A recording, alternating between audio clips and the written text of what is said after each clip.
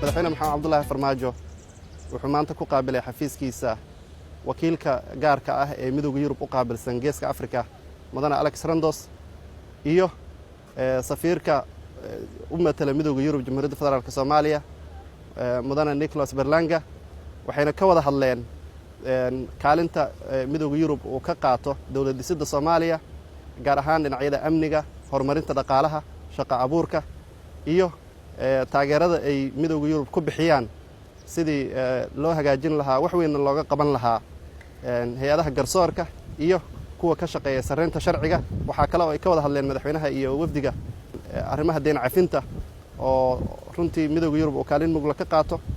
waxaa sidoo kale la isla soo qaaday oo aad loo falanqeeyay arrimaha gobolka guud ahaan ka taagan haddii ay ahaan lahayd dhanka dhaqaalaha iyo siyaasadda iyo amniga sidaan ognahayna midowga Yurub waxay kaalin la taaban kara ka qaataan